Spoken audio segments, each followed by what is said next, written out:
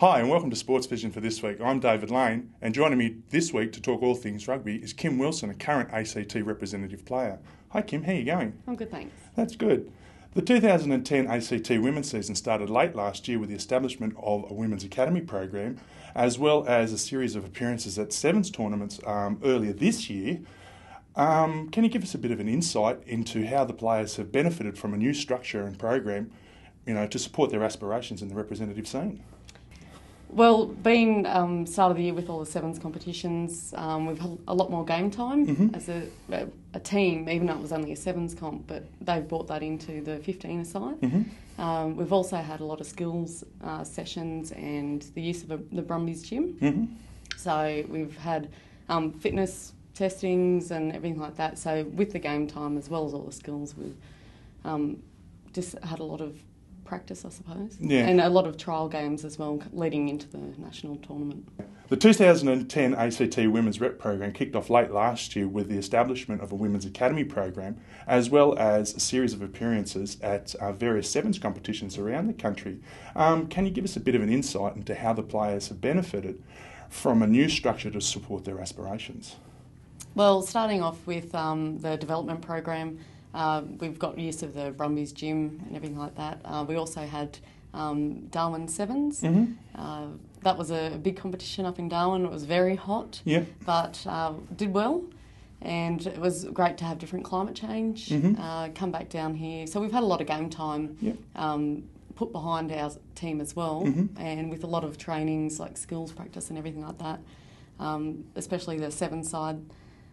They have a lot of talent and they've brought that to the team. Yeah, and lots of speed as well, I take it, in that form of the game. Definitely a lot quicker game. Yeah, it certainly is, and your defence has to be one-on-one in those situations, and I can imagine that would have been pretty draining up in Darwin. Yes, well, the temperatures that it was very hot, so you just had to give it your all, and after the game you just had nothing left. Yeah. But no, Darwin 7 was definitely a big step for ACT to send up a team, and we did very well. You're a former Wallaroo and an ACT representative player, and you've returned into the scene this year. What brought you back? I love the game. I love rugby. I love the team sport. The girls are great. I make a lot of friends out of it. But it is the actual game that I do love to play. Yeah. Physical. I love the hard games, and it's just something that, I don't know, burns inside and just brought me back. Yeah, you're back in the representative program this year. What other aspirations do you have for this season? I'd love to get into the World Cup squad, which is over in London this year. I know I've got a long way to go, but that is something that's driving me to try my hardest and also perform out on the field. The Women's Nationals is being held in Canberra this year with the first game commencing this Friday. How many teams are coming to town? And aside from expecting to see a blue and gold freight train whooshing by, in most games, what are some of the other activities and opportunities the visiting teams will get to experience here? There's 8 teams coming to Canberra. We've got 2 different grades happening there, and there's a lot of free time as well. We have a game a day with the day off, but we're planning on going to watch the Wallabies test over in Bruce Stadium. And we've got, for other teams, they can go to the War Memorial. There's plenty of activities that they can do. The ACT women's team is a very balanced squad this year with several young stars coming into the team as well as some returning faces. That's also complemented with a lot of new people. Can you give us the names of some of the stars who you're expecting big things from this tournament? I think everybody in our team will rise to the occasion. They will all stand out. We have a fantastic side. But you'll be looking in the backs, Shani Williams, she's very quick on her feet with a good step. Brooke Rollins is the halfback, fantastic. Up front you've got Lindsay Morgan, Louise Burrows. We've got so many girls I could name. Alex Hargraves at number 8, I think, or even number 7. But there's a lot of girls with a lot of potential that will definitely step up. And it's definitely a deep squad as well, with even your bench players being very, very well versed in the game, aren't they? Yeah, excellent. And finally, the ACT women's team managed to finish a very credible 3rd at last year's Nationals. How are you placed for this year's tournament, and where do you think you'll finish? I'd like to think that we'd finish first.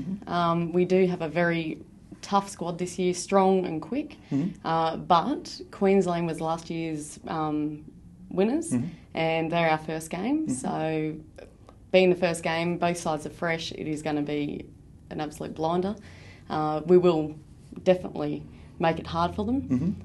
Apart from them being probably the favourites, you've also got Sydney as well. So I think there's an even playing field out there. Yeah, it should be very good against those top teams. It should be very even, and I think the competition is going to be great. Now, you mentioned there was games across the whole weekend. Who's in your pool? You mentioned Queensland up first. So we've got Queensland on Friday. Saturday we have Sydney, and Sunday we actually have off, and then Monday we have New South Wales Country. Right, even the country girls pose a really big challenge for you guys, yes, don't they? Yes, they've always been up there as well. So we're definitely in the hard pool this year. Yep. I mean, the other teams, they are great, but they're also developing as well. So. Yep.